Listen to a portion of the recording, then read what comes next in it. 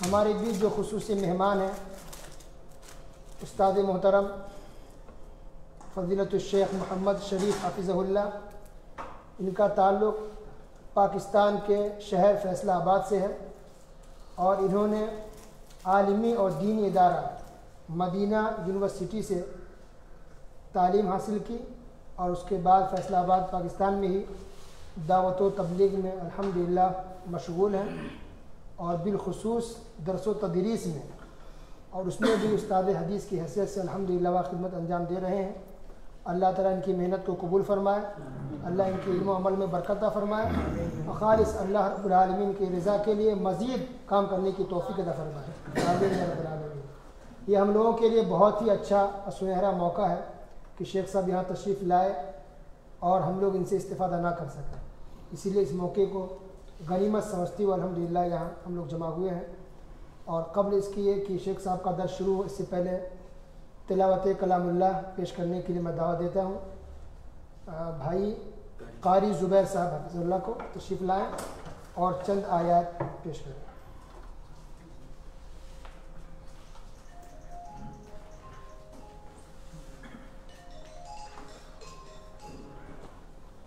اعوذ باللہ من الشیطان الرجیم، بسم اللہ الرحمن الرحیم۔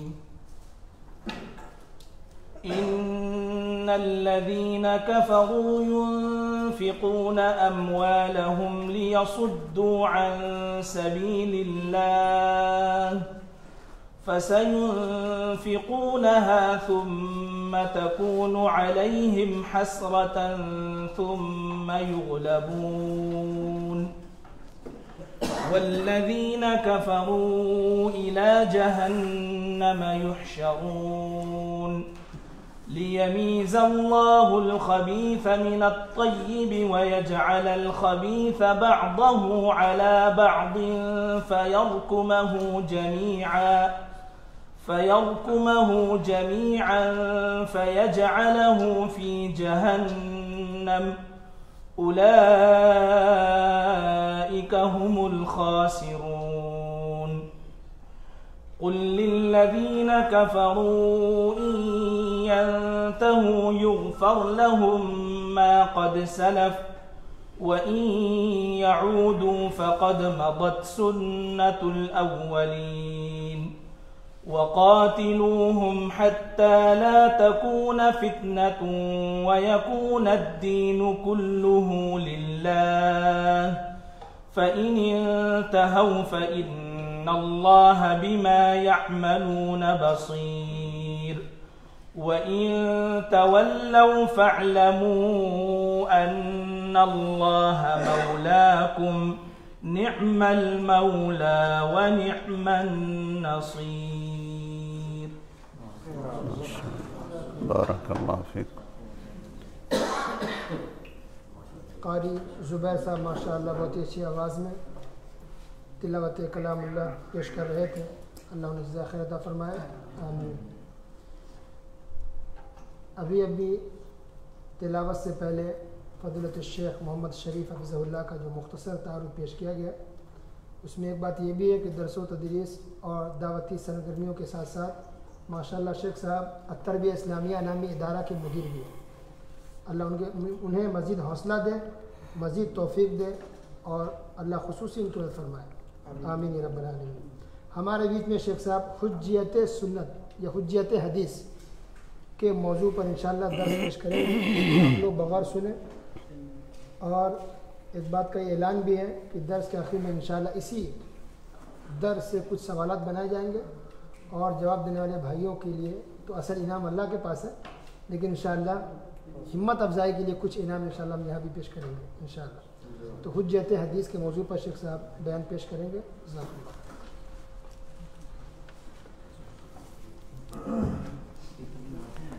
ٹائم ہے آپ کی مرضی، نہیں، آپ کا جیسے فرمائیں۔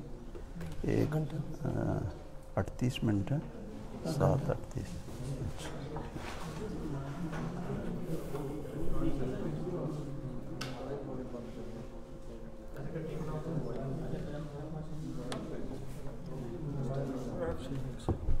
جی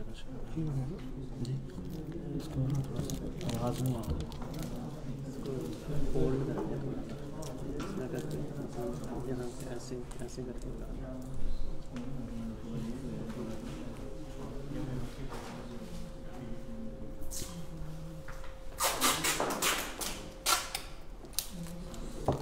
فولڈ کرنا، ڈبل کرنا، پھر واپس لے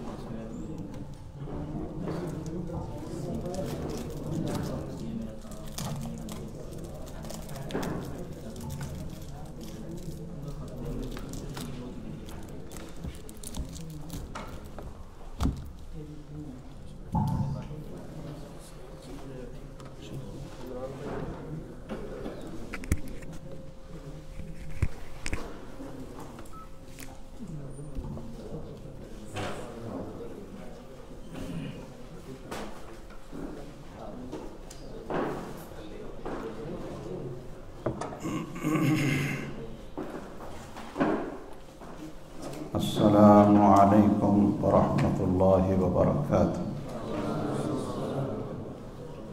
ان الحمد للہ نحمده ونستعینه ونستغفره ونعوذ باللہ من شرور انفسنا ومن سیئات اعمالنا،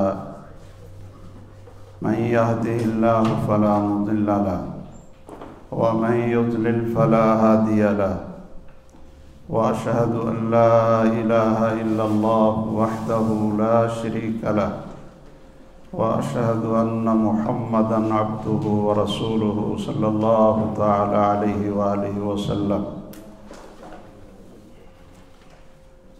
أما بعد فإن أحسن الكلام كلام الله، وأحسن الهدى هدى محمد صلى الله تعالى عليه وآله وسلم، وشر الأمور محدثاتها وكل محدثة بدعة وكل بدعة ضلالة وكل ضلالة في النار. يا أيها الذين آمنوا اتقوا الله حق تقاته ولا تموتن إلا وأنتم مسلمون. يا أيها الناس اتقوا ربكم الذي خلقكم من نفس واحدة وخلق منها زوجها وبث منهما رجالا كثيرا ونساء، واتقوا الله الذي تساءلون به والأرحام إن الله كان عليكم رقيبا. يا أيها الذين آمنوا اتقوا الله وقولوا قولا سديدا يصلح لكم أعمالكم ويغفر لكم ذنوبكم، ومن يطع الله ورسوله فقد فاز فوزا عظيما. اللهم صل على محمد وعلى آل محمد كما صليت على إبراهيم وعلى آل إبراهيم إنك حميد مجيد. اللهم بارك على محمد وعلى آل محمد كما باركت على إبراهيم وعلى آل إبراهيم إنك حميد مجيد. أعوذ بالله السميع العليم من الشيطان الرجيم. وما خلقت الجن والإنس إلا ليعبدون. وقال تعالى: إنما كان قول المؤمنين إذا دعوا إلى الله ورسوله ليحكم بينهم أن يقولوا سمعنا وأطعنا وأولئك هم المفلحون.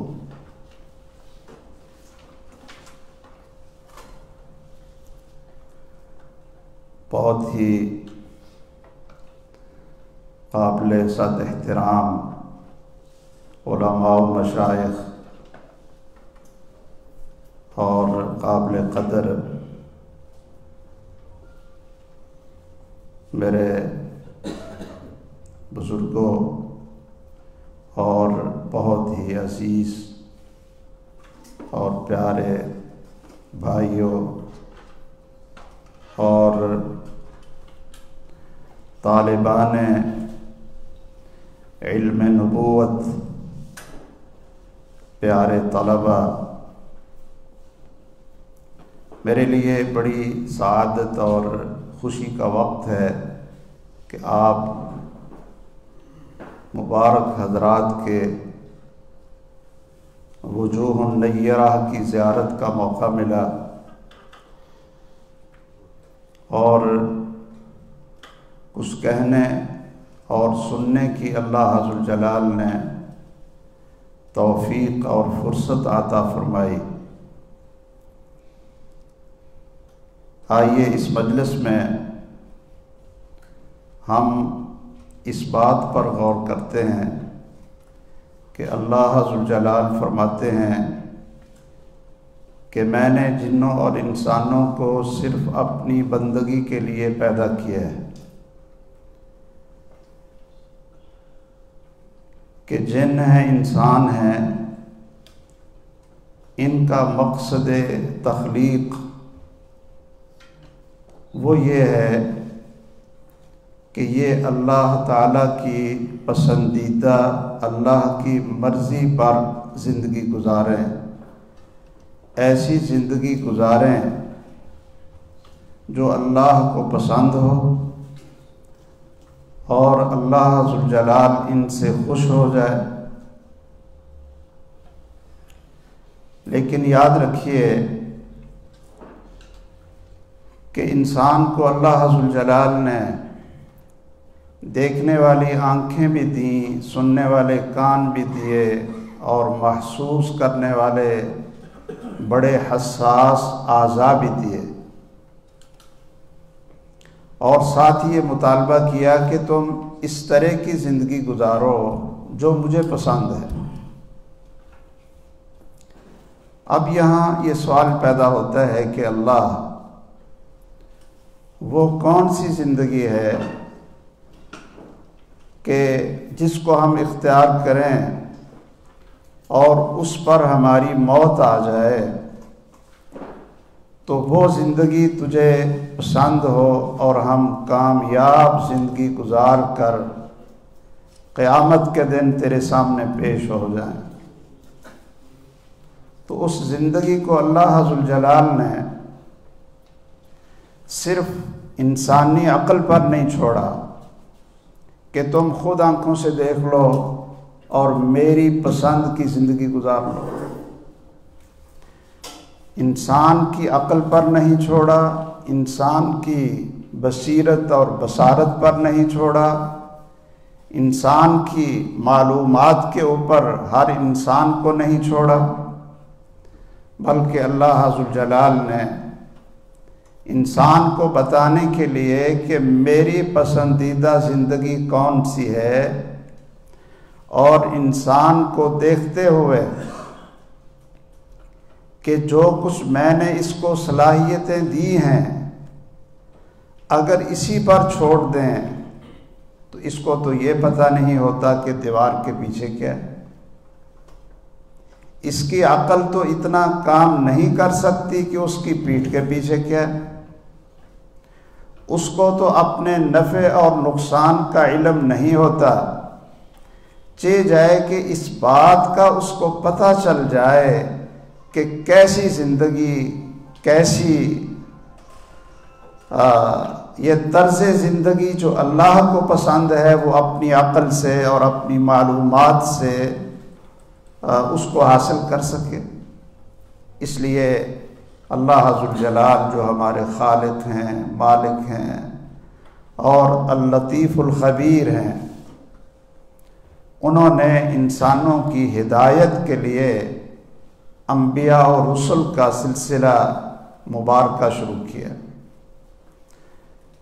اور جب ہم حجیت حدیث پر گفتگو کرتے ہیں تو یاد رکھیے کہ ہم صرف محمد الرسول اللہ صلی اللہ علیہ وسلم کی حدیث اور سنت کی حجیت پر ہی ایمان نہیں رکھتے، بلکہ ان سے پہلے بھی جتنے پیغمبر تشریف لائے اور جتنے بھی انسانوں کو اللہ نے نبی بنا کر اپنی مخلوق کی ہدایت کے لیے اور رہنمائی کے لیے بھیجا، ہم یہ پوری انسانی تاریخ کے تمام پیغمبروں کی سنت اور حدیث کو بھی ہم حجت اور دلیل سمجھتے ہیں۔ سیدنا موسیٰ علیہ السلام وہ اللہ کے حکم سے اللہ ذوالجلال کا پیغام سنانے کے لیے فرعون اور آل فرعون اور جو بھی اس وقت ان کے مخاطب تھے ان کو اللہ کی طرف دعوت دیتے ہیں، اور قرآن مجید میں اس بات کی صراحت موجود ہے کہ انہوں نے فرعون کو اور دوسرے مخاطبین کو اپنی رسالت اور اللہ ذوالجلال کی توحید اور بندگی کی دعوت دی،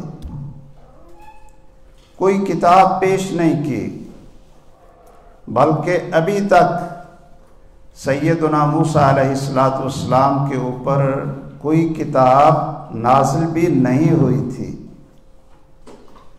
اور موسیٰ علیہ السلام کی قوم، ان کے مخاطبین وہ اللہ کی نافرمانی اور موسیٰ علیہ السلام کی معصیت کی وجہ سے اللہ نے ان کو غرق کیا۔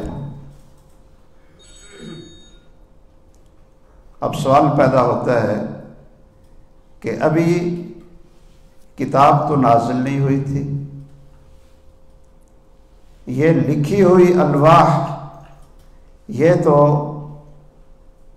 فرعون اور اس کی قوم کے غرق ہونے کے بعد وہ ان کو ملی ہے، تو کس چیز کا انکار کیا تھا فرعون نے اور اس کی قوم نے کہ اللہ ذوالجلال کی طرف سے ان کے اوپر عذاب آیا؟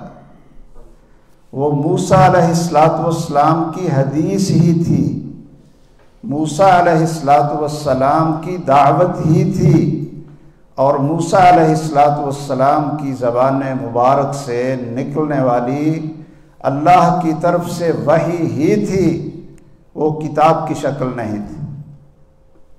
اسی طرح سید الرسل محمد الرسول اللہ صلی اللہ علیہ وسلم کی زندگی کو دیکھیں کہ سب سے پہلی وحی نازل ہوتی ہے اقرأ بسم ربک الذی خلق خلق الانسان من علق۔ اس وحی میں رسول اللہ صلی اللہ علیہ وسلم کی رسالت کا ذکر نہیں ہے،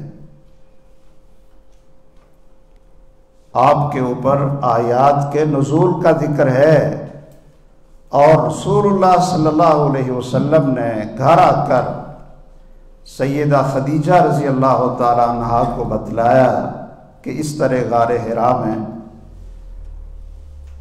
میرے ساتھ یہ واقعہ پیش آیا ہے۔ آپ حضرات ذرا غور کریں کہ اگر ہم اس بات کو مان لیں کہ پیغمبر کی حدیث اور ان کی بات وہ دلیل اور حجت نہیں ہوتی، تو سیدہ خدیجہ رضی اللہ تعالی عنہا جو خواتین میں سب سے پہلے اسلام لانے والی تھی، انہوں نے کس بنیاد پر محمد الرسول اللہ صلی اللہ علیہ وسلم کو رسول تسلیم کیا؟ سیدنا ابو بکر رضی اللہ تعالیٰ عنہ کو آپ نے دعوت دی کہ میں اللہ کا رسول ہوں۔ اس وقت کوئی کتاب ایسی نہیں تھی، بلکہ آپ ہمارے ماشاءاللہ صاحب علم و فضل حضرات کی مجلس ہے، اگر آپ اس نقطے پہ تھوڑا سا غور کریں کہ رسول اللہ صلی اللہ علیہ وسلم کی بات کو، آپ کی زبان سے نکلے ہوئے قول کو، حدیث کو اگر ہم حجت تسلیم نہ کریں تو پھر قرآن مجید کو قرآن منوانے کے لیے اور اللہ کی کتاب منوانے کے لیے ہمارے پاس کون سی دلیل ہے؟ میں دوبارہ عرض کرتا ہوں، یہ ہمیں کس نے کہا کہ یہ قرآن مجید یہ اللہ کا کلام ہے، یہ اللہ کی وحی ہے؟ یہ ہمیں کس نے بتایا؟ محمد الرسول اللہ صلی اللہ علیہ وسلم نے بتایا۔ آپ کی بات تو حجت نہیں ہے، آپ کی حدیث وہ تو وحی کا درجہ نہیں رکھتی۔ اگر اس کو مان لیں تو پھر قرآن مجید یہ اللہ کی وحی ہے اور یہ حجت ہے، یہ فرشتہ لے کر آیا ہے محمد الرسول اللہ صلی اللہ علیہ وسلم کے اوپر، تو یہ بھی رسول اللہ صلی اللہ علیہ وسلم کی پہلے حدیث کو مانیں گے، آپ کی بات کی تصدیق کریں گے، تو وہ آپ کی بات کی تصدیق سے ہمیں پتہ چلے گا کہ یہ قرآن کلام اللہ ہے اور اللہ کی وحی ہے۔ یاد رکھیے، اگر کوئی شخص یہ سمجھتا ہے کہ اللہ کی وحی کے بغیر انسانی عقل میں وہ اپروچ اور قوت ہے کہ وہ خود بخود اپنے لیے صراط مستقیم کو دیکھ سکتی ہے، تو پھر تمام انبیاء و رسل اور رحمت للعالمین محمد الرسول اللہ صلی اللہ علیہ وسلم، ان کی بعثت اور ان کی رسالت اور یہ سارے کا سارا سلسلہ بے فائدہ اور بیکار ہو جاتا ہے۔ اس لیے اللہ ذوالجلال نے آخری پیغمبر خاتم النبیین رحمت للعالمین محمد الرسول اللہ صلی اللہ علیہ وسلم کو پوری انسانوں کے لیے، انسانیت کے لیے کسی خاص علاقہ نہیں، خاص لوگ نہیں، اور یہ آپ کا خاصہ ہے کہ کان النبی یبعث الی قومہ خاصہ وبعثت الی الناس عامہ، کہ پہلے جو انبیاء آتے تھے وہ خاص مشن اور خاص قوم کی طرف آتے تھے، اور مجھے اللہ ذوالجلال نے تمام لوگوں کے لیے، تمام انسانوں کے لیے، تمام ازمان اور تمام امکنہ کے لیے رسول بنا کر بھیجا ہے۔ اور رسول کا کام کیا ہے، ان کی ذمہ داری کیا ہے؟ میں دو جگہ سے قرآن مجید کی ایک دو آیتیں پیش کرتا ہوں۔ اللہ ذوالجلال فرماتے ہیں لا تحرک به لسانك لتعجل به ان علینا جمعه وقرآنه فإذا قرأناه فاتبع قرآنه ثم ان علینا بیانه۔ یہ صحیح بخاری کی حدیث آپ کے سامنے ہوگی کہ رسول مکرم صلی اللہ علیہ وسلم کے اوپر جب جبرائیل امین علیہ السلام وحی لے کر آتے تو آپ ان کے پیچھے جلدی جلدی پڑھنے کی کوشش کرتے کہ کوئی لفظ ایسا نہ ہو کہ جو مجھے یاد نہ رہے۔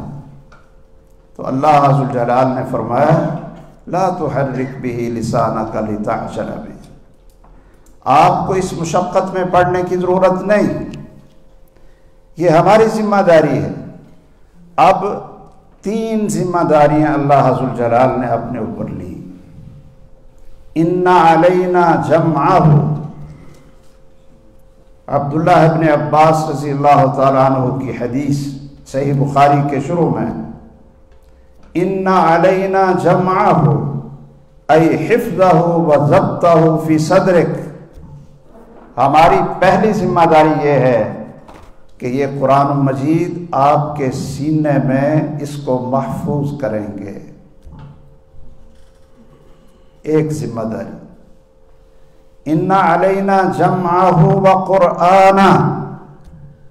دوسری ذمہ داری یہ ہے کہ صرف آپ کے سینے میں محفوظ ہی نہیں ہوگا، بلکہ جس طرح اللہ ذوالجلال کی طرف سے نازل ہوا ہے اسی طرح آپ کی زبان پر تلاوت اور قرات کی شکل میں جاری بھی ہوگا.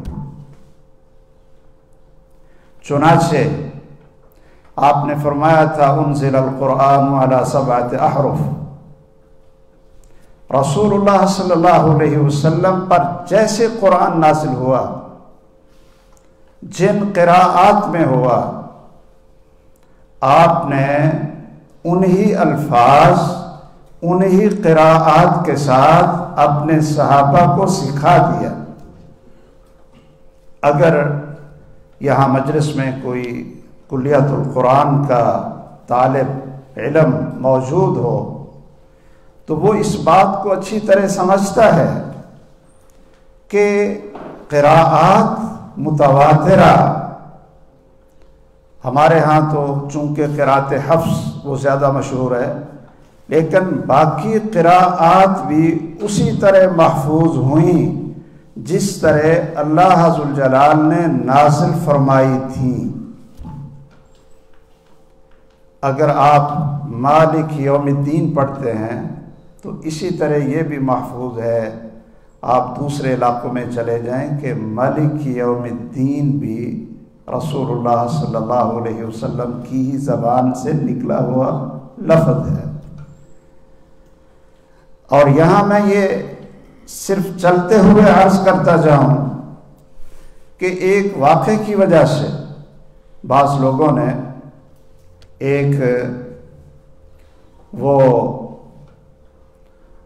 ایک واقعہ کہ شیطان نے نعوذ باللہ رسول اللہ صلی اللہ علیہ وسلم کی زبان سے کچھ ایسے الفاظ نکلوا دیے قرآن کی تلاوت کرتے ہوئے کہ جو مشرکین کو پسند آ گئے. یہ واقعہ آپ حضرات نے سنا ہوگا کہ جب آپ سورۃ نجم کی تلاوت کر رہے تھے اور ان الفاظ پر پہنچے افرأیتم اللات والعزى ومناة الثالثة الأخرى، تو کیا آپ کی زبان پر جاری کر دیا تلک الغرانیق العلا وَإِنَّ شَفَاعَتَهُنَّ لَتُرْتَجَى. تو جب مشرکین نے تلاوت کے دوران آپ سے یہ الفاظ سنے بڑے خوش ہو گئے، کہنے لگے چلو ہماری بھی مانی گئی ہے.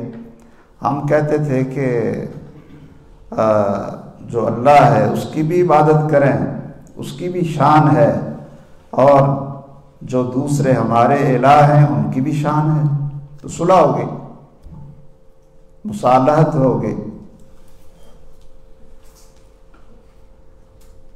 اس کو قصۃ الغرانیق کہتے ہیں.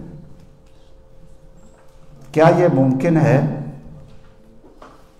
کہ قرآن کریم کی تلاوت کرتے ہوئے رسول مکرم صلی اللہ علیہ وسلم کی زبان اقدس سے الفاظ ایسے شیطان اپنے زور سے نکلوا دے کہ جس میں شرک کی دعوت ہو اور کفار مکہ کو خوش کرنے کے لیے ان کے منہج پر ان آیات کو بنا کر شیطان آپ کی زبان پر جاری کر دے. اس لیے اللہ تعالیٰ جزائے خیر دے مفسرین کو، اور خصوصاً عظیم اور نامور محدث اور مجدد اپنے دور کے شیخ البانی رحمہ اللہ، جنہوں نے اس واقعے پر ایک رسالہ لکھ دی نصب المجانیق لنصف قصۃ الغرانیق. نصب المجانیق لنصف قصۃ الغرانیق. آپ اس کا مطالعہ کریں. خیر، میں یہ بات عرض کر رہا تھا کہ اللہ ذوالجلال نے 3 ذمہ داریاں اپنے اوپر لے لیں. ایک تو پورے قرآن کو محمد الرسول اللہ صلی اللہ علیہ وسلم کے سینے میں محفوظ کرنا، اور دوسرا پورے قرآن کو اللہ ذوالجلال کی منشا کے مطابق پوری قراءت متواترہ کے ساتھ آپ کی زبان پر بطور تلاوت اور قراءت جاری کرنا۔ تیسری ذمہ داری کیا لی؟ ثم ان علینا بیانا، کہ تیسری ذمہ داری یہ بھی ہماری ہے۔ ثم ان علینا بیانا، یہ بھی اللہ کہتے ہیں ہماری ذمہ داری کہ ہم اس کا بیان بھی آپ کو عطا فرمائیں گے۔ اب میرا سوال یہ ہے کہ قرآن بھی موجود ہے اور اس کے الفاظ، حروف، کلمات پوری قراءات کے ساتھ موجود ہے، تو اس کا بیان کہاں؟ پتہ چلا دوسری آیت کو ہم پڑھ لیتے ہیں کہ اس کا بیان کہاں ہے، تو اللہ ذوالجلال فرماتے ہیں وَأَنزَلْنَا إِلَيْكَ الذِّكْرَ لِتُبَيِّنَ لِلنَّاسِ مَا نُزِّلَ إِلَيْهِمْ، کہ اس کے مبین اور اس کے بیان کی ذمہ داری اپنی طرف سے اللہ ذوالجلال نے محمد الرسول اللہ صلی اللہ علیہ وسلم کو عطا فرما دی۔ یہاں ایک سوال آپ حضرات ذہن میں رکھیں، اگر اللہ کی کوئی کتاب انسانوں کی ہدایت کے لیے کافی اور شافی ہو، تو پھر ہر کتاب کے ساتھ پیغمبر بھیجنے کی ضرورت کیا ہے؟ پھر تو اللہ ذوالجلال کوئی بڑی سی کتاب وہ آسمانوں سے نازل کر دیں، کسی پہاڑ پر رکھ دیں اور لوگوں سے کہیں کہ یہ بہت بڑی کتاب ہے، اس میں زندگی کے سارے مسائل ہیں، تو وہ خود اس کو پڑھ لو اور جیسے سمجھ آتی ہے اس کے اوپر عمل کر لو۔ ہر کتاب کے ساتھ پیغمبر بھیجنے کی ضرورت کیا ہے؟ اللہ ذوالجلال نے محمد الرسول اللہ صلی اللہ علیہ وسلم کے منصب رسالت اور فرائض منصب کو ذکر کیا، یتلو علیہم آیاتی ویعلمہم الکتاب والحکمت ویزکیہم، کہ قرآن پڑھ کر سناؤ اور ان کو اللہ کی کتاب کی تعلیم دو اور ان کو حکمت۔ امام شافعی رحمہ اللہ فرماتے ہیں کہ میں اپنے دور میں جتنے اہل علم کو ملا سب نے مجھے یعلمہم الکتاب والحکمہ، حکمہ کی تفسیر محمد الرسول اللہ صلی اللہ علیہ وسلم کی سنت سے بتلائی۔ تو امام شافعی رحمہ اللہ اپنے دور کے علماء کا اجماع نقل کر رہے ہیں کہ میں جتنے علماء کو ملا ہوں اہل علم کو اپنے دور میں، تو سب یہی کہتے تھے کہ کتاب کے ساتھ سنت کا علم وہ محمد الرسول اللہ صلی اللہ علیہ وسلم کی حدیث کا علم ہے۔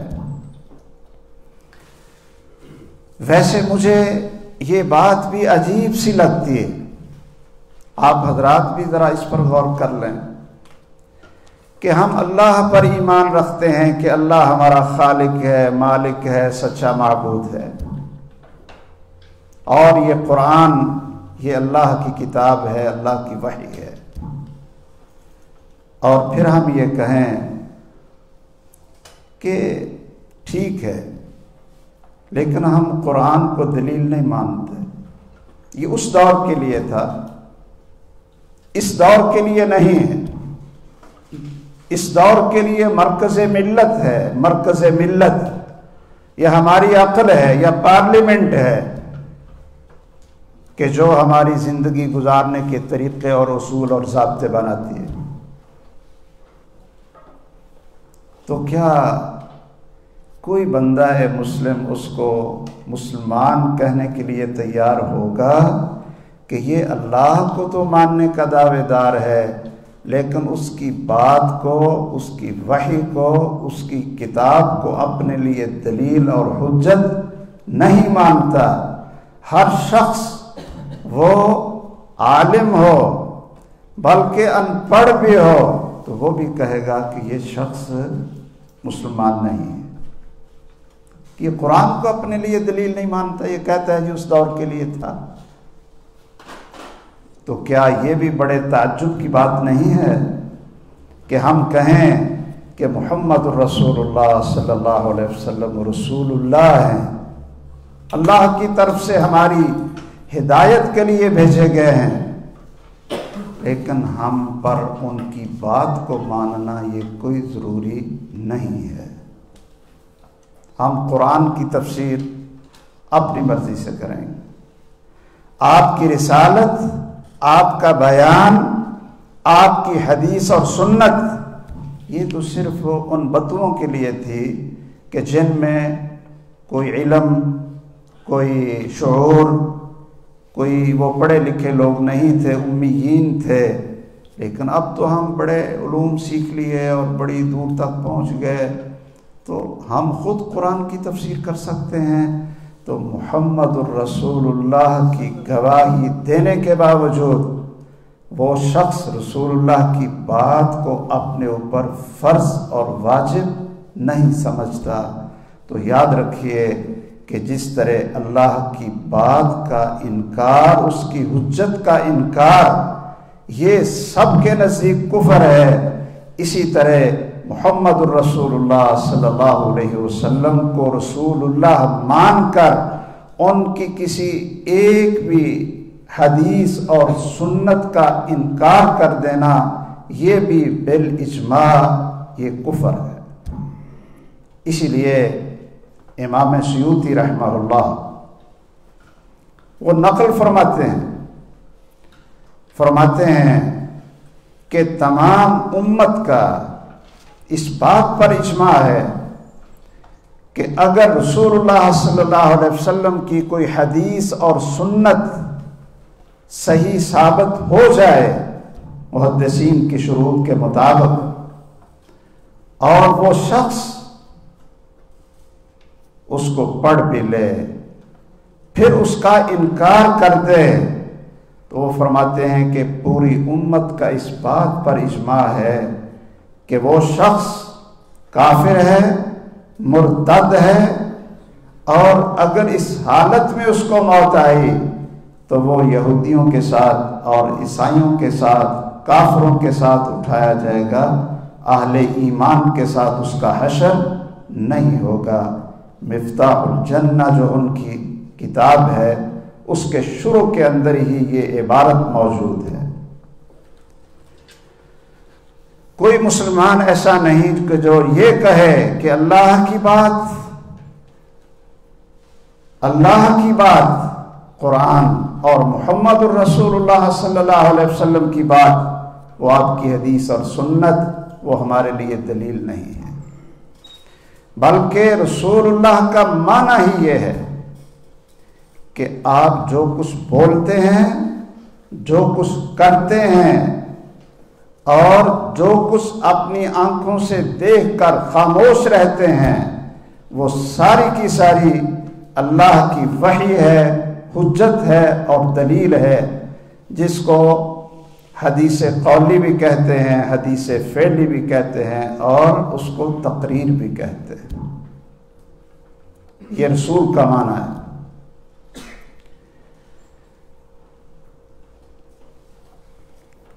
امام بخاری رحمہ اللہ اس واقعے کو نقل کرتے ہیں، صلح حدیبیہ کے واقعے کو، کہ جس میں جب صلح نامہ لکھا جا رہا تھا تو سیدنا علی رضی اللہ تعالیٰ عنہ کاتب تھے۔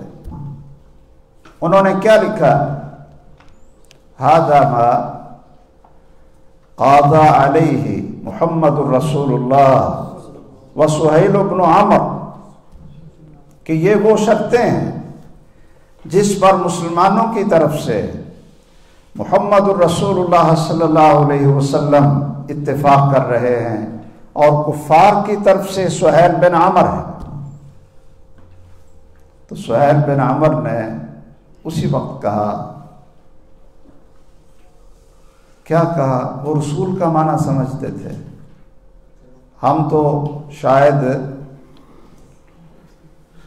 اپنی زبان پہ اس کو بہت زیادہ اس کا ذکر تو کرتے ہیں، لیکن رسول کے معنی کی شاید ہمیں سمجھ نہیں۔ عربی کا لفظ ہے۔ اس نے کہا کہ آپ کی اور ہماری جنگ بدر ہوئی اس سے پہلے، صلح حدیبیہ سے پہلے، اور جنگ احد ہوئی اس سے پہلے۔ اللہ اکبر!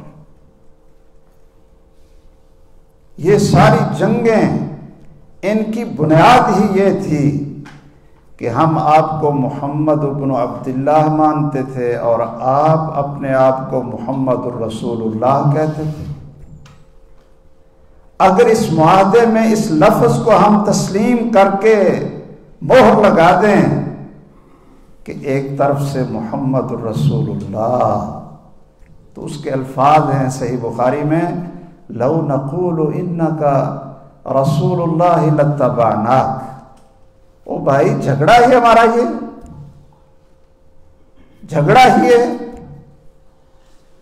اگر ہم آپ کو رسول اللہ کہہ دیں تو پھر تو آپ آگے اور ہم آپ کے متبع بن جائیں، آپ کو ہم مان لیں، پھر تو جھگڑا ختم ہو جائے۔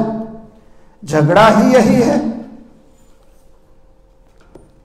اس لیے رسول کا معنی کیا ہے؟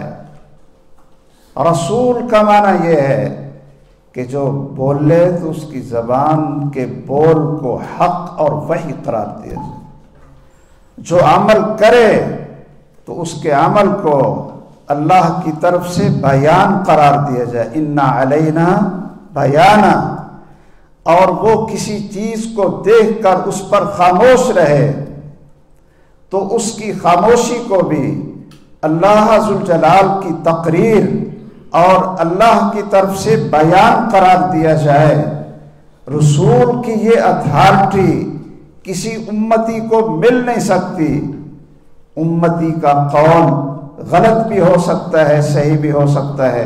اسی لیے تو آپ نے عبداللہ بن عمر بن عاص سے کہا تھا، والذی نفس محمد بیدی، اس ذات کی قسم جس کے ہاتھ میں محمد کی جان ہے صلی اللہ علیہ وسلم، اکتب، عبداللہ تم لکھتے جاؤ، میں غصے میں بولتا ہوں، خوشی میں بولتا ہوں، ہر بات کو لکھو، لا یخرج منہ الا حق، کہ اس زبان سے حق کے علاوہ کوئی بات نکلتی ہی نہیں ہے۔ یہ رسول کا معنی ہے۔ رسول کا معنی کیا ہے؟ وَمُحَمَّدٌ فَرْقٌ بَيْنَ النَّاسِ مَنْ أَطَاعَ مُحَمَّدًا فَقَدْ أَطَاعَ اللَّهَ وَمَنْ عَصَى مُحَمَّدًا فَقَدْ عَصَى اللَّهَ۔ یہ حدیث اسی آیت کی تفسیر ہے، وَمَا أَرْسَلْنَا مِن رَّسُولٍ إِلَّا لِيُطَاعَ بِإِذْنِ اللَّهِ، کہ اللہ کے رسول کی اطاعت وہ در حقیقت اللہ کی اطاعت ہے، اور آپ کی نافرمانی اللہ کی نافرمانی ہے۔ وَمُحَمَّدٌ فَرْقٌ بَيْنَ النَّاسِ، محمد ہیں وہ فرق، قول فاصل، حد فاصل۔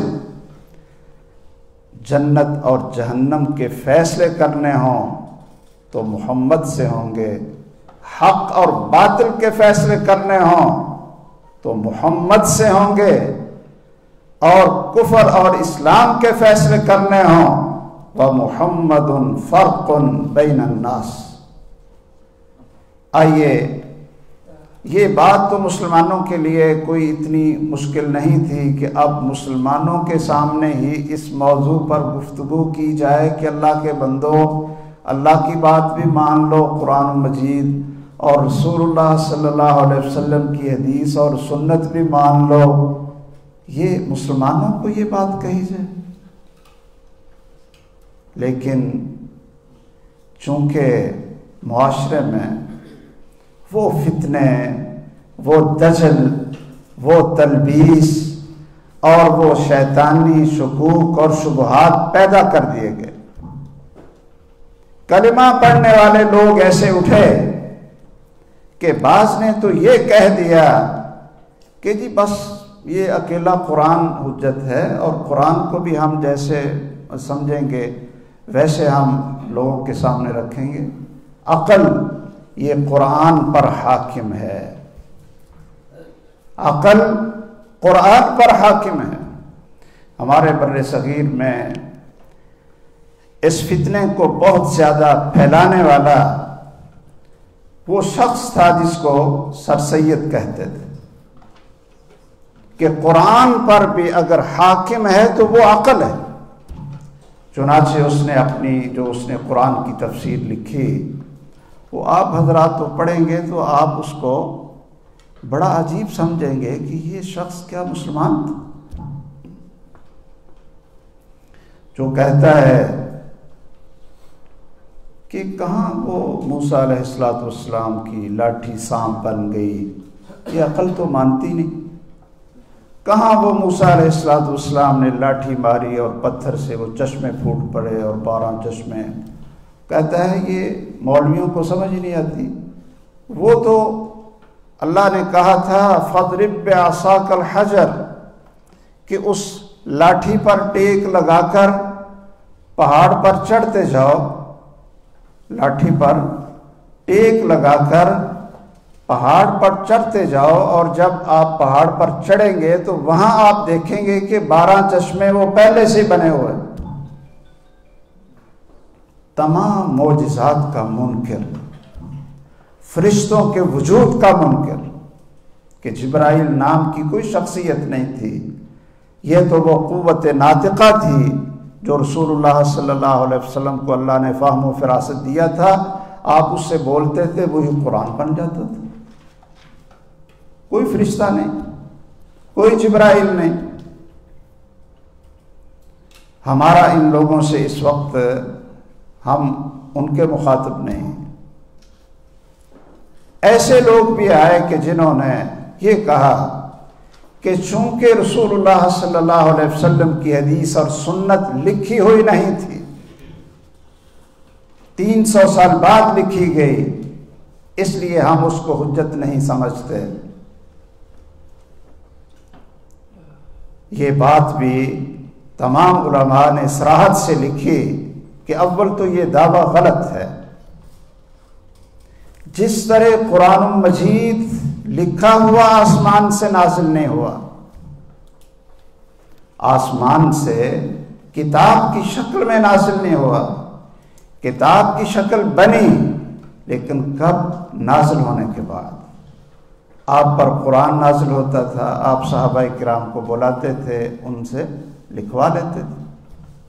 چنانچہ 46 کے قریب صحابہ کرام کے نام آتے ہیں جنہوں نے قرآن مجید کی کتابت کی تھی، جو کاتبان وحی قرآن تھے۔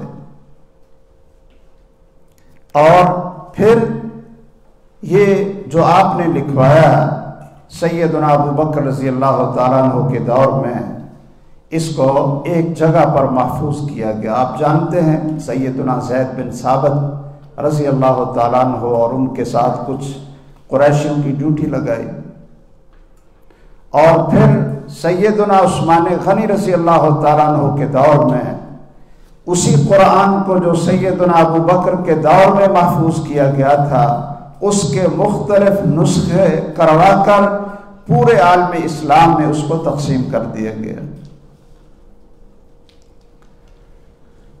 میں یہاں صرف یہ عرض کروں گا کہ اگر کوئی شخص یہ کہہ دے کہ بھی قرآن بھی اوپر سے لکھا ہوا نہیں آیا تھا، وہ بھی تو صحابہ نے لکھا تھا، تو صحابہ سے غلطی ہو سکتی، تو کیا قرآن کی حجیت محفوظ رہے گی؟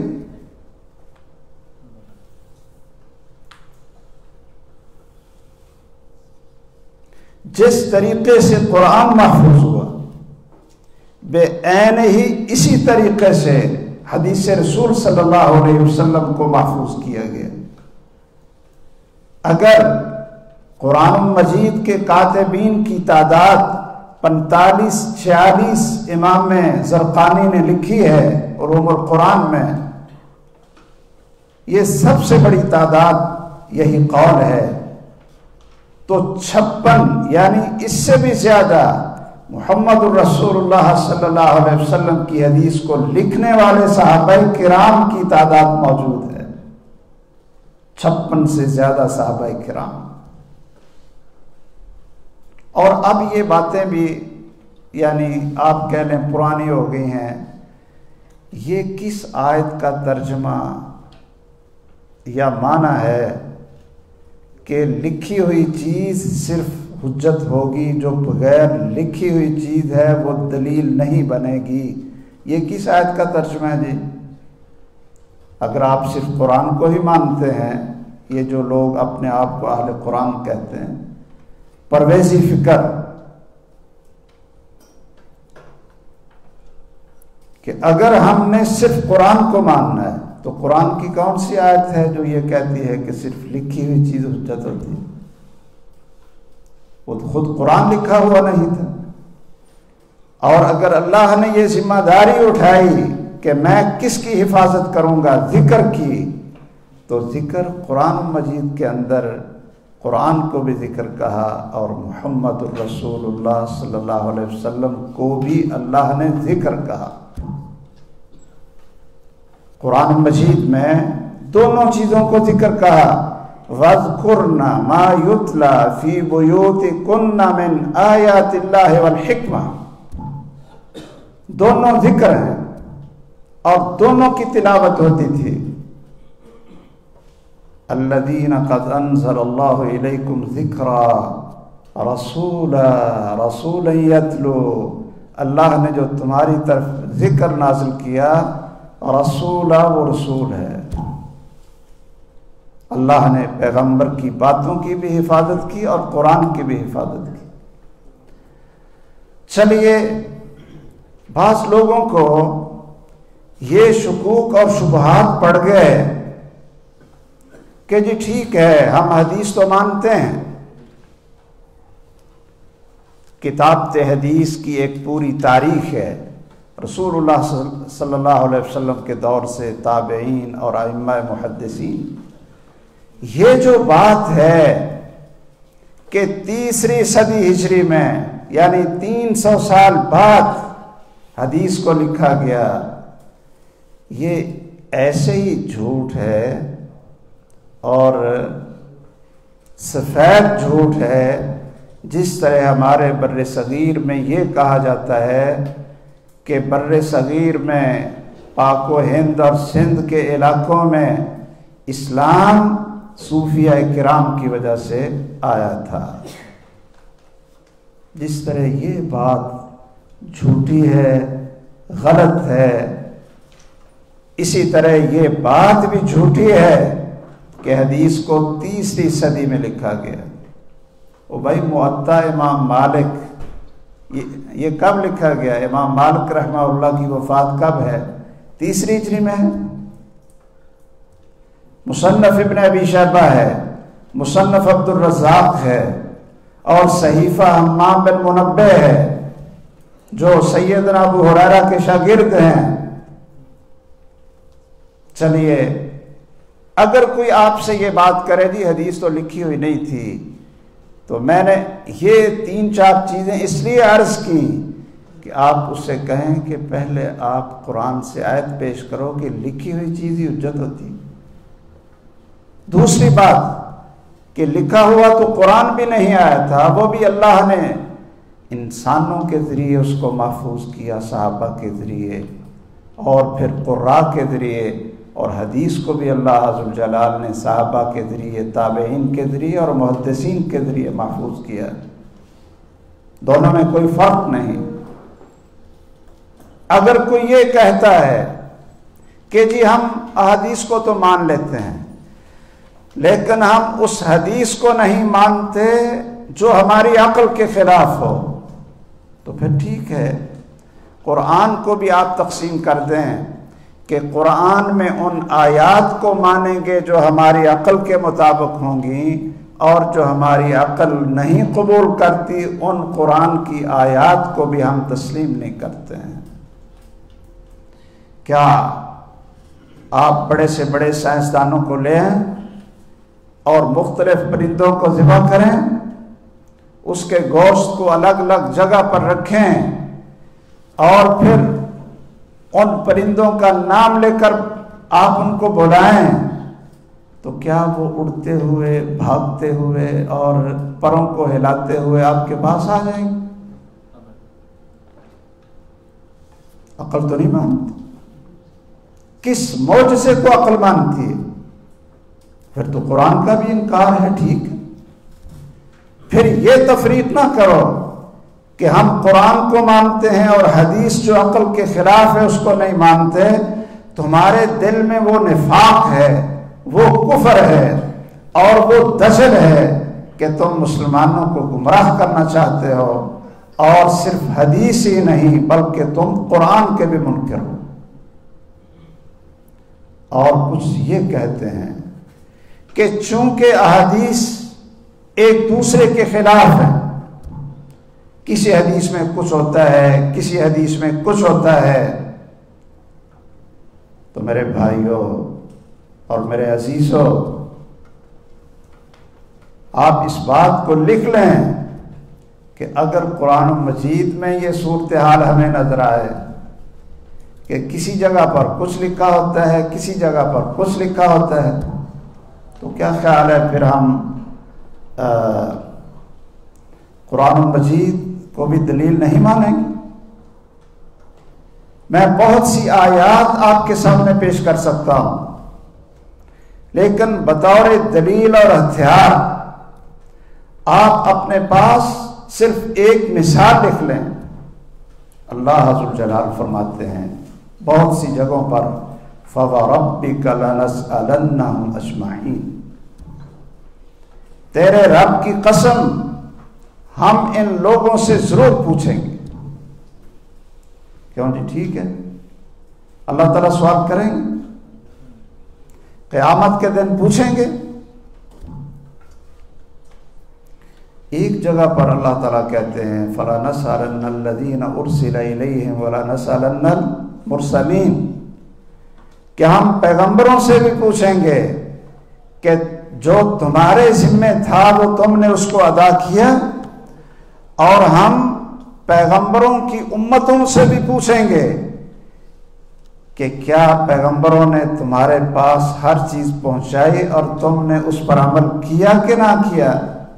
اللہ تو کہتے ہیں میں رسولوں سے بھی پوچھوں گا اور امتوں سے بھی پوچھوں گا، اور قسم اٹھا کر کہتے ہیں کہ میں تو سب سے پوچھوں گا، کسی کو چھوڑوں گا نہیں۔ اور دوسری جگہ پر اللہ تعالیٰ یہ قرآن کہتا ہے فَيَوْمَئِذٍ لَا يُسْأَلُ عَنْ ذَنْبِهِ إِنسٌ وَلَا جَانٌ، کہ ہم تو پوچھیں گے نہیں کسی سے، نہ کسی انسان کو پوچھیں گے اور نہ کسی جن کو پوچھیں گے۔ یہ بھی قرآن کی آیت ہے، یہ بھی قرآن کی آیت ہے۔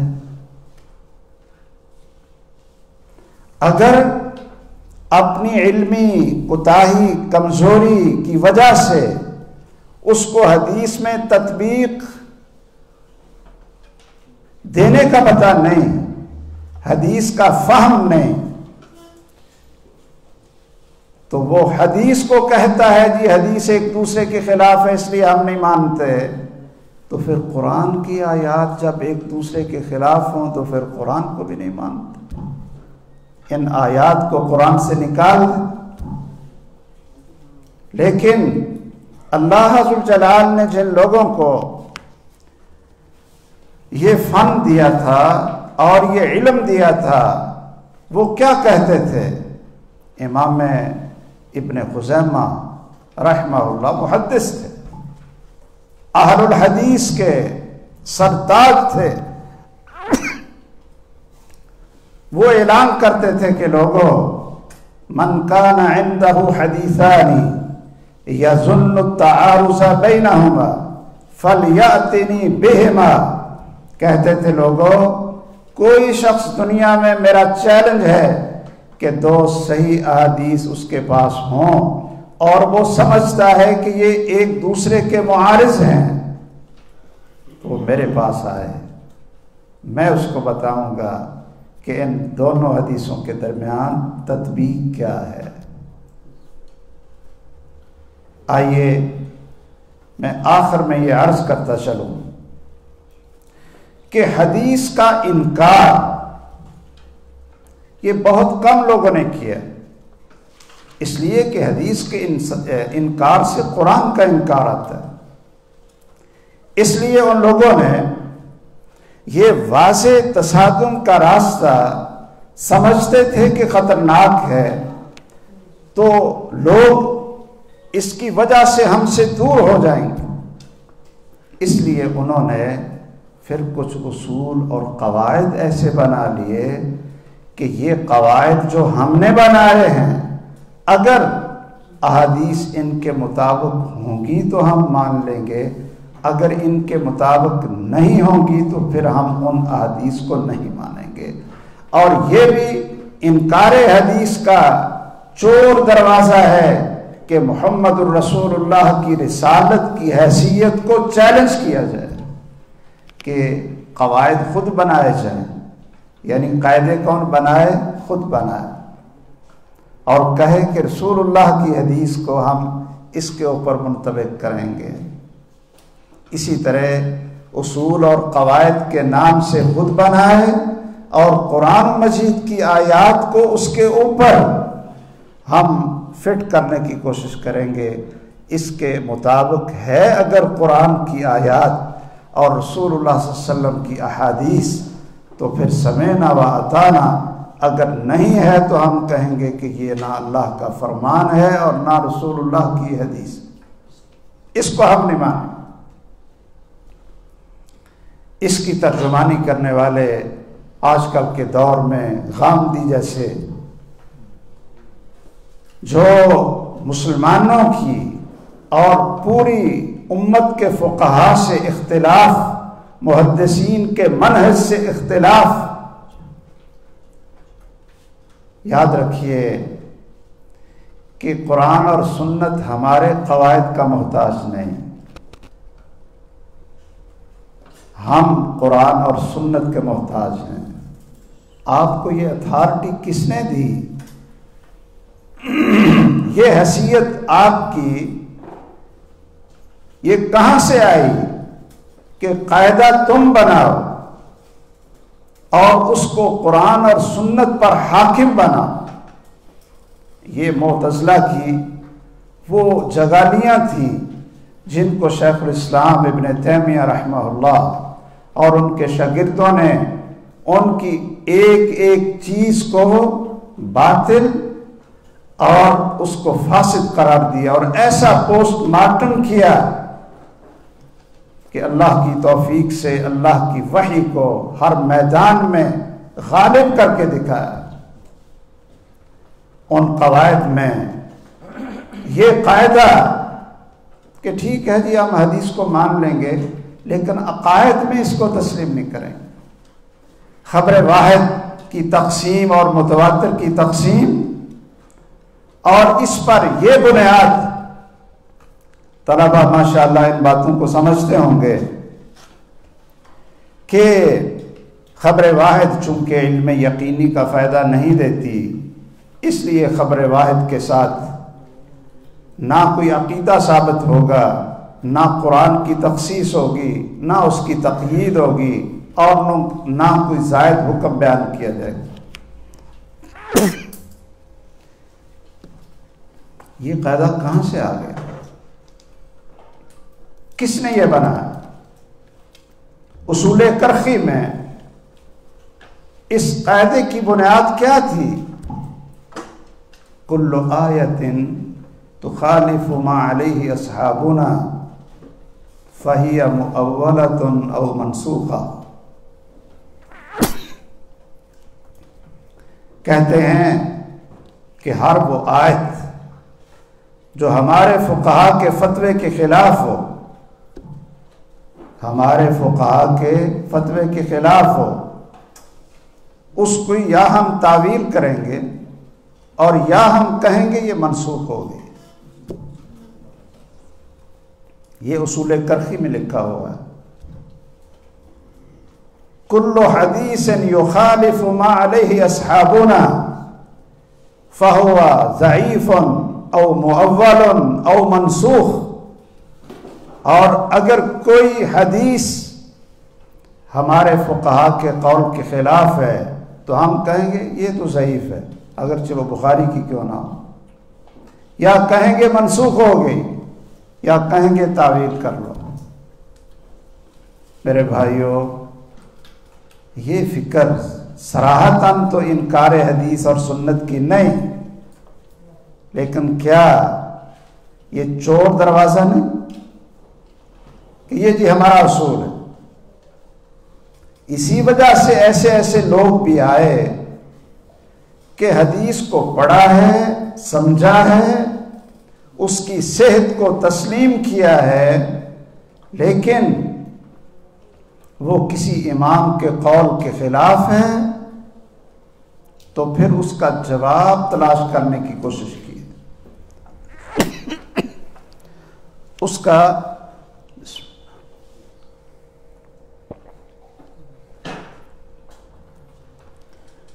اس حدیث کا جواب ہم تلاش کریں کہ بھئی اس کا جواب دیں. اچھا جی، میں نے جو آیت پڑھی تھی کہ جب قال اللہ اور قال الرسول آ جائے تو ہمیں اس کو نہ ماننے کے لیے اس کا جواب تلاش کرنا چاہیے، یا سمعنا و اطعنا کہہ کر اپنے ایمان کی گواہی دینی چاہیے؟ کیا تقاضا ہے قال اللہ اور قال الرسول کا کہ ہم اس کا جواب تلاش کریں؟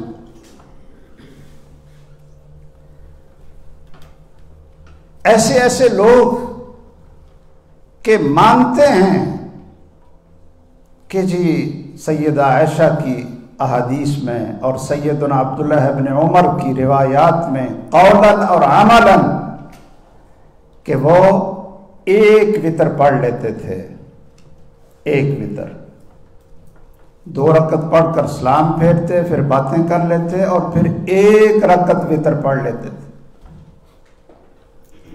تو اب کیا لکھا ہے کتابوں میں؟ کتابوں میں لکھا ہے جی چونکہ ہمارے امام صاحب تو ایک اکیلا وتر پڑھنے کے قائل نہیں ہیں، تو وہ فرماتے ہیں کہ میں 13 سال اس حدیث کا جواب تلاش کرتا رہا، اور 13 سال کے بعد پھر مجھے سمجھ آئی کہ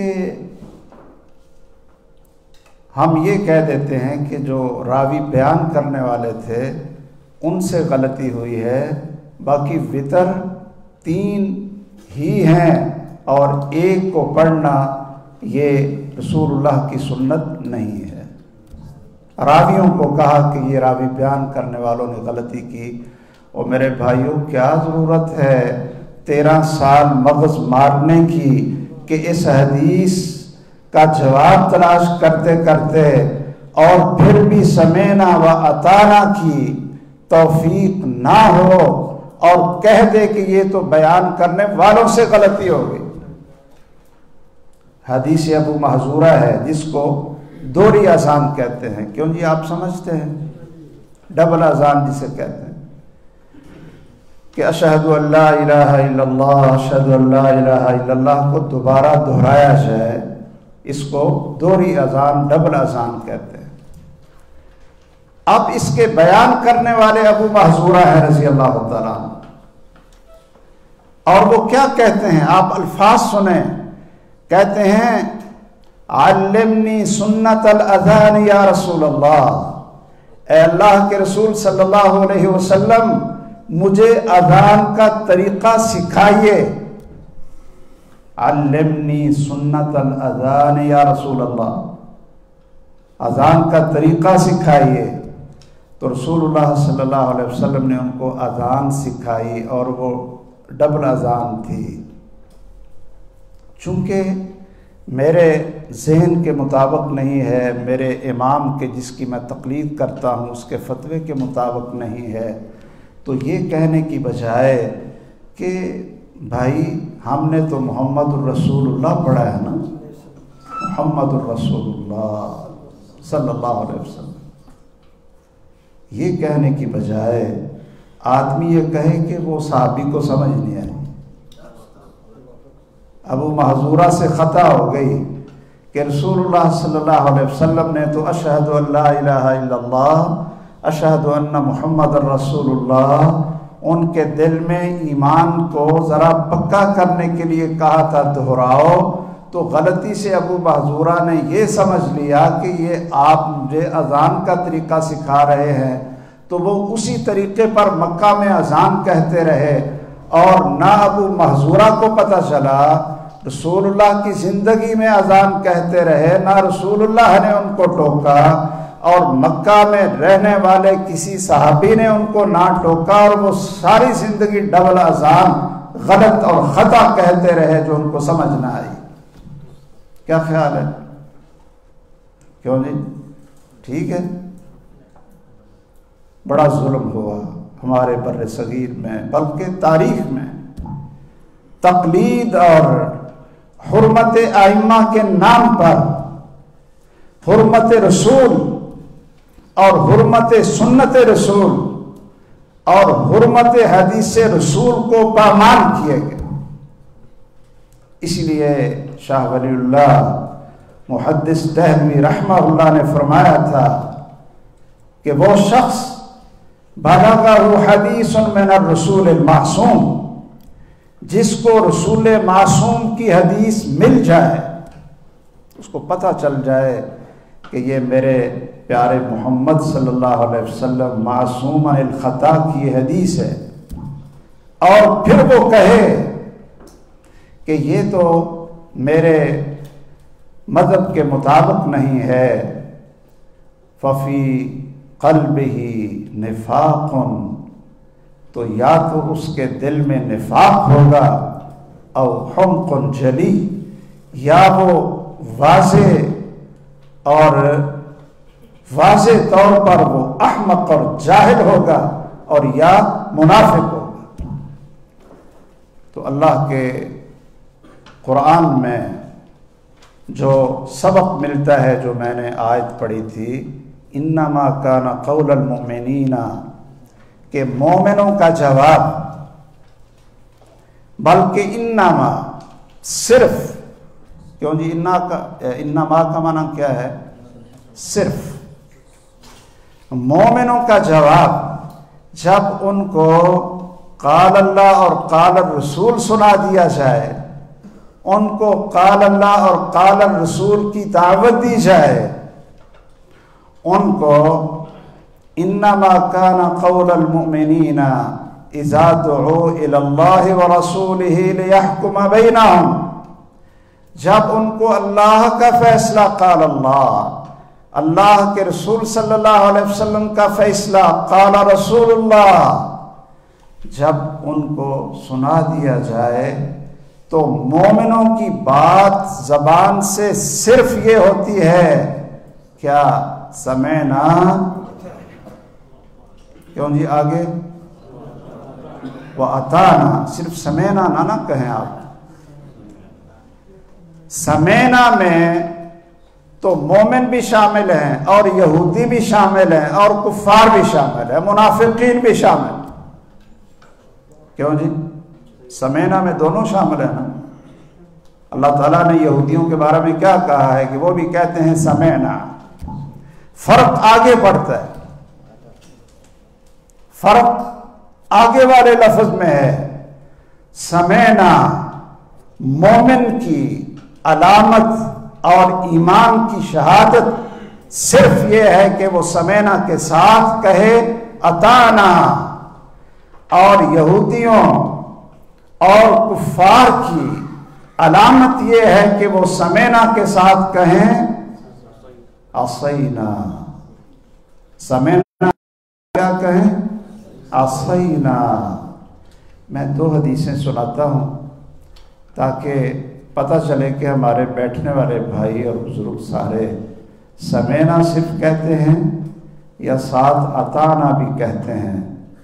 یا میرے خیال آسینہ سامنے تو کوئی نہیں کہے گا، لیکن دروازے سے باہر نکل کر یا صبح جب ڈیوٹی پر جانا ہو، ایک حدیث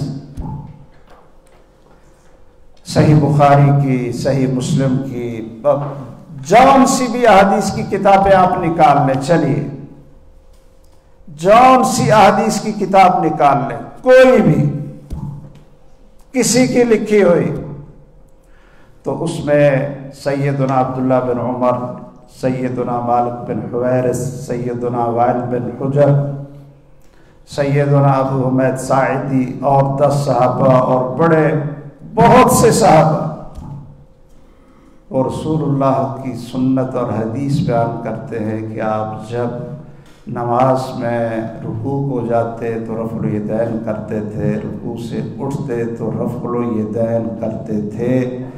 صحیح بخاری اور صحیح مسلم کے اندر اور ساری حدیث کی کتابوں میں موجود ہے۔ کیوں جی سارے سن رہے ہیں؟ تو اب ہمیں اس حدیث کو سن کر کیا کہنا چاہیے؟ سمعنا۔ اور فجر کی نماز میں شاید آپ نے وتر پڑھ لے ہوں گے، اور تہجد راتیں لمبی ہیں اس لیے نیند بھی لمبی ہو جاتی ہے، تو میرا خیال ہے راتوں کو اٹھنا بڑا مشکل سا ہو گیا۔ مجھے موضوع ساتھیوں نے اور دے دیا، ورنہ میں تو چاہتا تھا کہ میں موسم کے مطابق آپ سے گفتگو کروں کہ اس موسم میں ہمیں کیا کرنا چاہیے، لیکن چلو سمعنا۔ چلیے جب بھی آپ اس درس کے بعد نماز پڑھیں تو حدیث میں نے آپ کو سنا دی ہے، اگر تحقیق کرنی ہے تو علماء کرام موجود ہیں، ہر حدیث کی کتاب کے اندر یہ حدیث موجود ہے کہ آپ رکوع کو جاتے تو رفع الیدین کرتے، رکوع سے اٹھتے تو رفع الیدین کرتے، بلکہ یہ بھی ساتھ فرما دیا کہ جو شخص نماز میں ایک دفعہ رفع الیدین کرتا ہے، اللہ عز و جلال 10 انگلیاں اٹھنے کی وجہ سے اس کے نامہ اعمال میں 10 نیکیاں لکھ دیتے ہیں۔ اور دوسری حدیث یہ ہے، رسول اللہ صلی اللہ علیہ وسلم نے فرمایا، آرڈر دیا، حکم دیا، کیا کہ تم مشرکوں کی جیسے اپنے چہرے نہ بنانا، مجوسیوں آگ پرستوں جیسے اپنے چہرے نہ بناؤ، بلکہ داڑھی رکھو، داڑھی کو چھوڑ دو، داڑھی کو لٹکا دو، اس کو بڑھا دو، گھنا کر دو۔ ترکوہا علی حالہا، امام نووی کہتے ہیں ان الفاظ کا مقتضا یہ ہے، ترکوہا علی حالہا، جیسے اللہ نے اگائی ویسے رہنے دو۔ یہ کیا ہے؟ قال رسول اللہ، تو ہم نے کیا کہنا ہے؟ سمعنا نہیں۔ اللہ تعالی ہم سب کو توفیق دے دے۔ وَأُولَئِكَ هُمُ الْمُفْلِحُونَ، اللہ کہتے ہیں جو کامیاب لوگ ہیں دنیا اور آخرت میں، پاس ہونے والے لوگ ہیں، اونچے درجے والے لوگ ہیں، وہ وہی ہیں کہ جب ان کو قال اللہ اور قال الرسول کی صدا ان کے کانوں میں آئے تو پھر وہ آگے سے کہہ دیں، اللہ اگرچہ عمل کا وقت تو شاید صبح کو آئے، لیکن ہم ابھی سے کہتے ہیں کہ ہم نے سن بھی لیا ہے، مان بھی لیا ہے، تاکہ اگر اس کے بعد موت آئے تو اطانا کا یہ اقرار اور یہ شہادت ہمارے نامہ اعمال میں لکھ دی جائے۔ میری اللہ سے دعا ہے کہ اللہ عز و جلال ہمیں محمد الرسول اللہ صلی اللہ علیہ وسلم کی رسالت، آپ کا حق جو حرمت ہے، آپ کی حدیث کی عظمت ہے، اور جو رسالت کا تقاضا ہے، اللہ ہمیں اس کو سمجھنے کی اور اس کے مطابق عمل کی اور لوگوں کو اس طرف دعوت کی توفیق عطا فرمائے۔ آمین۔ وآخر دعوانا الحمدللہ رب العالمین۔ سبحانک اللہم وبحمدک، اشہد ان لا الہ الا انت، استغفرک واتوب الیک۔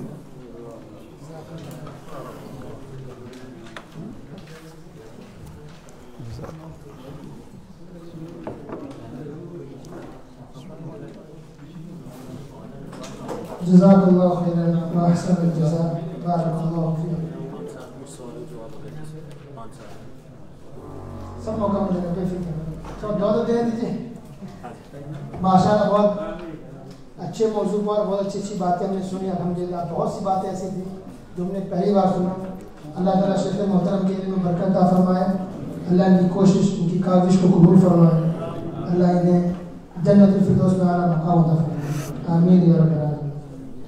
ہمارے پاس کچھ سوال ہیں. آپ کچھ سوال کریں اس سے پہلے آپ کو پہلے جواب دینا ہوگا. ویسے اگر پاس ہوتے ہیں تو انشاءاللہ آپ کو موقع ملے گا.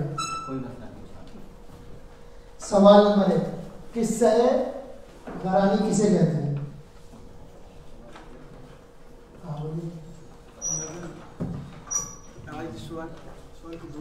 قصہ غرانی.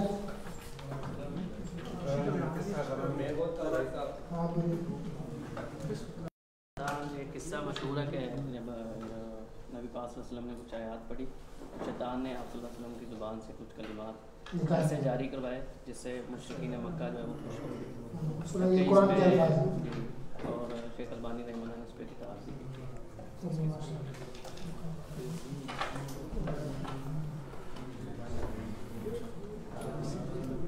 صاحب کیا حدیث ہے؟ بارک اللہ. دوسرا سوال جو شیخ البانی رحمۃ اللہ علیہ نے کتاب لکھی ہے اسی قصے کے اوپر, اس کتاب کا اس میں کتنے صفحات ہیں؟ چلیے کیا نام ہے کتاب کا؟ کسے نصب المجانے کے نصب قصہ دلبرانے. ماشاء اللہ. آئیے ان کو گھڑی دیا رہا انعام میں. اس کی مناسبت یہ ہے کہ شیخ البانی رحمۃ اللہ علیہ کیا کام کرتے تھے؟ گھڑی ٹھیک کرتے تھے. اللہ نے کہاں سے کام کو پہنچا دیا. اس سے پتہ چلا کہ کوئی کام چھوٹا نہیں ہوتا. انسان حلال کام کرے دینے سے اللہ اس کو برکت دیتا ہے اور اس کو شرف نہیں دیتا.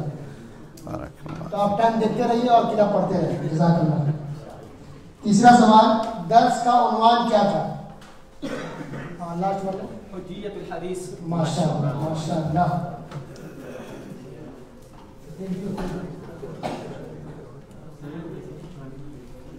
چوتھا سوال, شیخ صاحب کا نام بدلیں.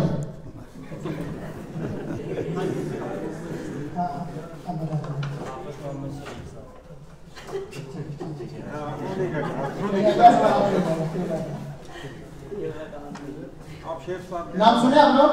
شیخ محمد شریف.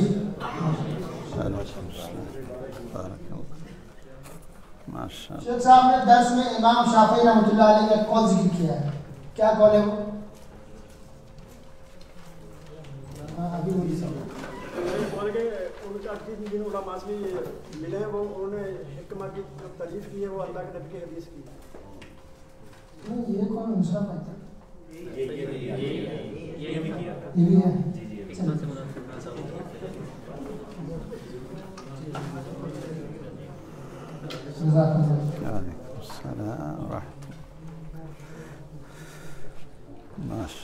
چھٹا سوال, بات ہے انکار حدیث کا کیا حکم ہے؟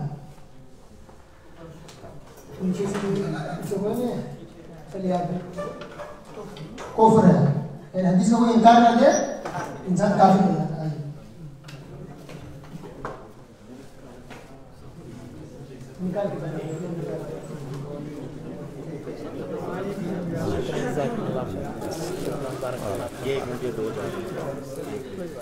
اس میں کھائیے سالم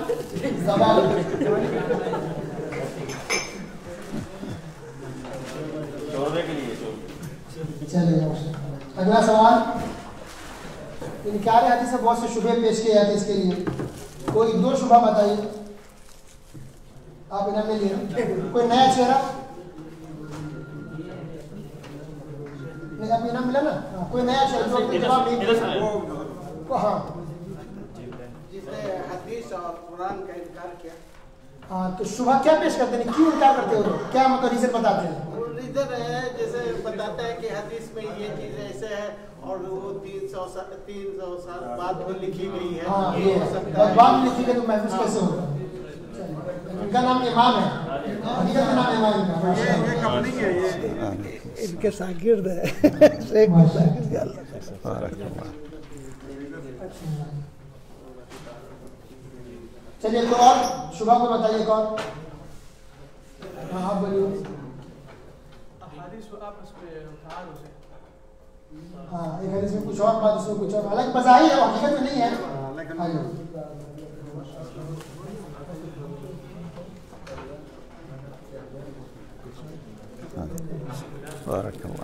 ایک اور کو شبہ بتائیے پیچھے سے ہاں بہت دیر ساتھ دکھا رہے ہیں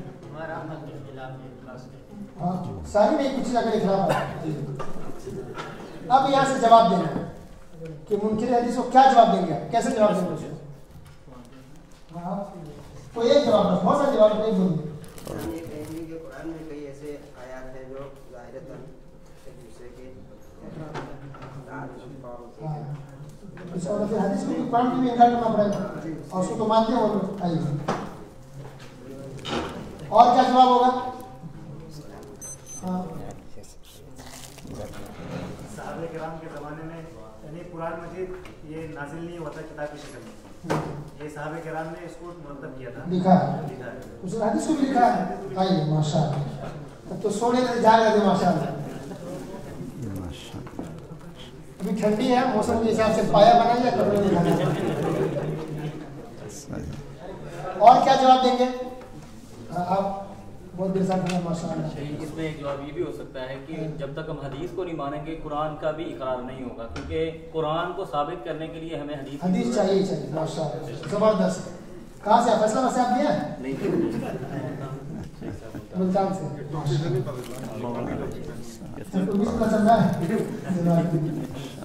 اور کیا جواب ہو سکتا ہے اور کوئی نیا چہرہ پیچھے سے ہاں بولیے اس میں ایک چیز یہ ہوگا کہ آپ ایک تو جو قرآن اور حدیث ہے اس پہ آپ سوال نہیں کر سکتے کیونکہ وہ آپ کا ایمان ہے ہاں ایمان یہ بہت بڑی بات ہے کر سکتے ہیں اور دوسری چیز کی آپ جب بھی قرآن پڑھیں تو ڈیٹیل میں پڑھیے کیونکہ وہ کس وجہ سے کون سی آیت ہے اس کی تفصیل آپ کو حدیث میں ملے گی ماشاء اللہ زبردست تو یہ امام بھائی ابھی آتے ان کے داماد ہیں یہ کام کرتے ماشاء اللہ نئے نئے ابھی سعودی میں ہے لیکن بہت لوگوں نے سنا ہے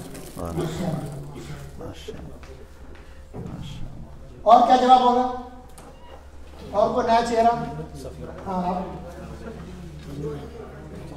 کیونکہ ہم پہ لازم ہے کہ جب بھی ہم نبی علیہ السلام کی حدیث بات سنیں تو ہم سمعنا و اطعنا تو اس کے اندر یہ آ جاتا ہے کہ ہم لازم اور کیا جواب جواب پہ زور دے رہا تاکہ جواب اس کو چپ کر سکے ہاں پیچھے والے ماشاء اللہ ہاں نماز کیسے پڑھیں گے قرآن تو نہیں ہے کہاں ملے گا طریقہ نماز کا آئیے ماشاء اللہ ہم نکل لیں ماشاء اللہ خزان نکل لیں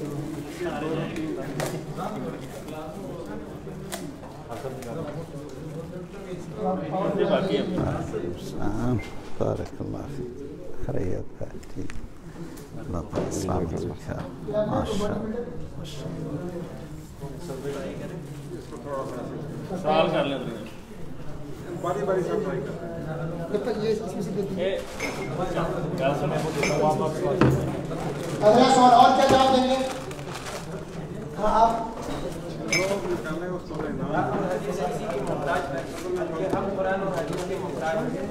کوئی نہیں کر سکتا جو قواعد اس کی مرضی کے مطابق ہو وہ قرآن اور حدیث ہاں ہم اپنے حساب سے نہیں چلائیں بلکہ حدیث کے حساب سے ہم کو چلنا ہے ماشاء اللہ آئیے اب بتائیے اگلا سوال یہ بڑا اچھا کاتب قرآن کتنے تھے ماشاء اللہ کون ہے اسامہ بھائی کتنے تھے 46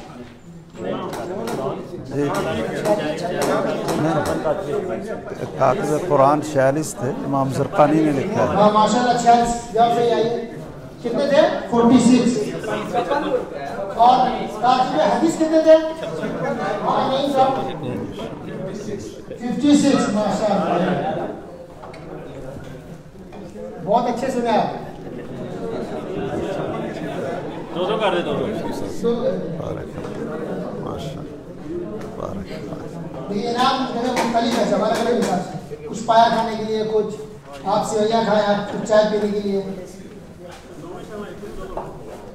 اچھا منکرین حدیث تو بہت دنیا میں ہے، اس میں سے کسی دو کا نام بتائیے جس نے حدیث کا انکار کیا جو مشہور ہے، اس کا نام، اس آدمی کا نام بتائیے اس نے انکار کیا ہے. ہاں آپ کو والے ایک گاؤں جی ہے، ایک پرویز ہے، دونوں پاکستان میں اللہ محفوظ رکھے. اللہ پاکستان میں پورے ملک کو محفوظ ہر طرح فتنے سے، جہاں فتنہ کرنے والا اللہ بھیجتا ہے مرد مجاہد کو عالم دین کی دفاع کرتے ہیں اور منہ توڑ جواب دیتے ہیں. الحمدللہ.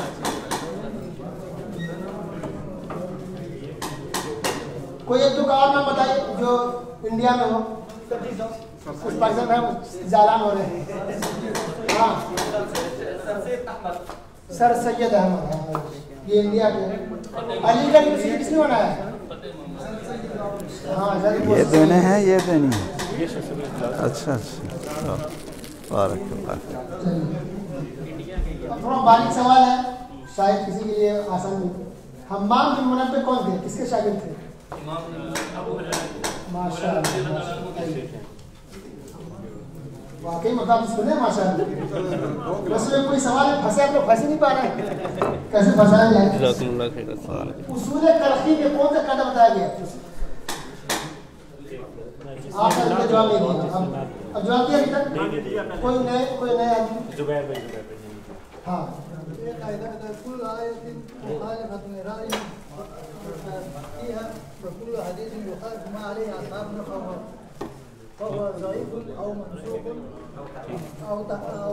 چلیے اردو بتا دیں تاکہ سب سمجھ جائیں.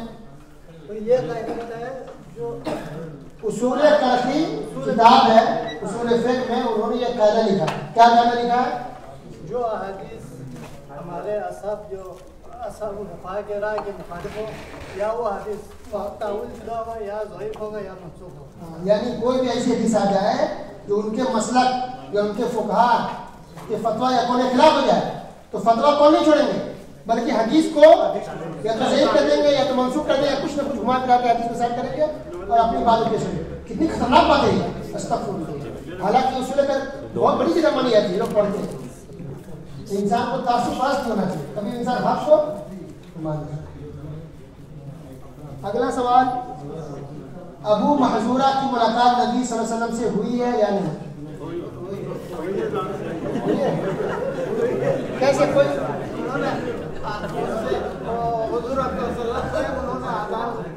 اذان؟ ہاں ماشاء اللہ، خود کہا کہ اذان دو، مجھے تو آتا ہی نہیں ہے، تو ہر طرح سینے کو مارے، کہا کہ دو.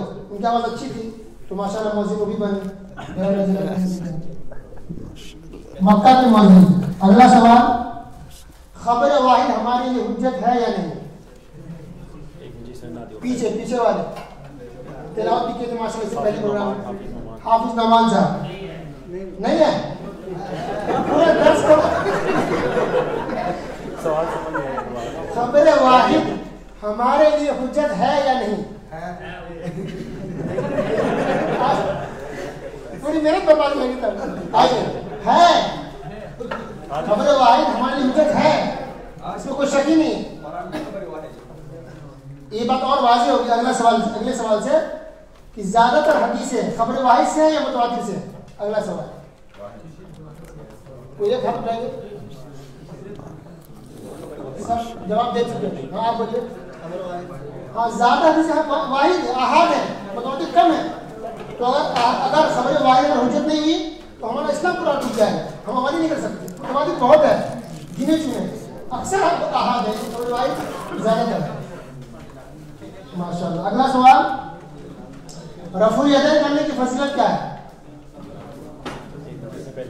جو ابھی تک جواب نہیں دیا قاری صاحب. ہاں کیا 10 منٹ کیا ملتی ہاتھ اٹھانے سے انگلیوں کی طرف. ماشاء اللہ. یہ قاری صاحب ہے یہاں جو مؤذن جو آپ لوگ نماز پڑھے ہوئے عشاء کی مؤذن ہے اس میں ماشاء اللہ، اور نماز پڑھتے قاری زکریا صاحب، اور یہ بھی پاکستان سے تعلق رکھتے ہیں. قانون کے خلاف یہ بھی ہے. اللہ نے بہت سارے شعر پیدا کیے پاکستان میں ماشاء اللہ. تو یہاں سے سوالوں کا سلسلہ ختم ہوتا ہے ہمارے، اور آپ کے سوال کچھ ہے، لیکن چونکہ وقت ہو جائے، شیخ صاحب کی ماشاء اللہ بیان کے تھکانا زیادہ مناسب نہیں ہے، انہیں خیال رکھنا چاہیے. تو آپ میں جو بھائی سوال کرنا چاہیں کیجیے.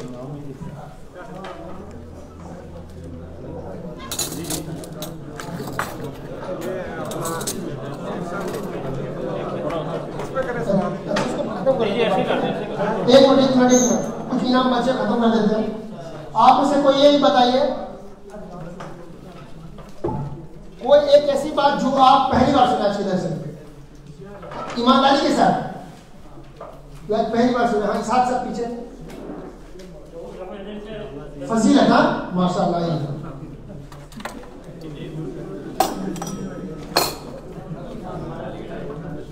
دوسرا سوال سیم یہی ہے کہ آپ کو پہلی بار آپ کو لگا.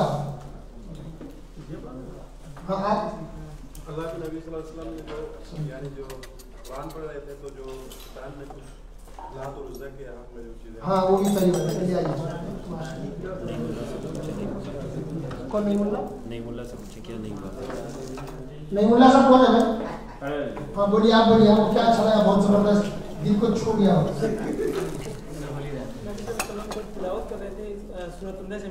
وہ بات ہو گئی کوئی نہیں بات ہو گئی. نہیں انہوں نے پہلی بار سورۃ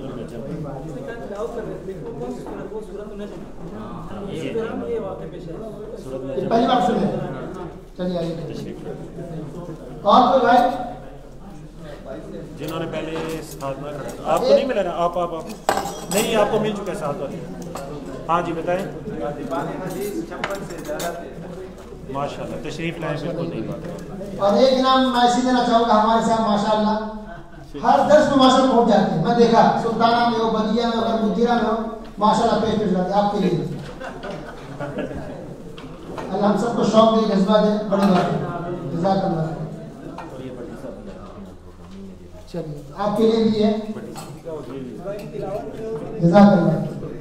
تلاوت. چلیے ہاں سوال کیجیے. بہت دو تین سوال ہیں باقی ایک ایک سوال. السلام علیکم شیخ صاحب. آپ نے ابھی ذکر کیا حدیث کے بارے میں. حدیث جو قواعد ضوابط ہیں یہ تو بنائے ہیں محدثین نے, آئمہ نے, یا پھر اس کے اوپر کیسے ہم حدیث کو فٹ کرتے ہیں؟ اس میں بھی تو یہ انسانی غلطیاں کا امکان ہے جس میں ہم پرکھتے ہیں حدیث کو. اس بارے میں ذرا. یہ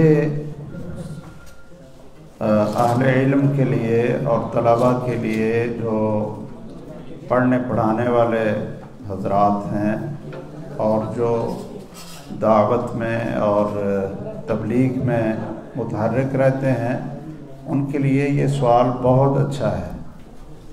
بہت خوبصورت یہ سوال ہے.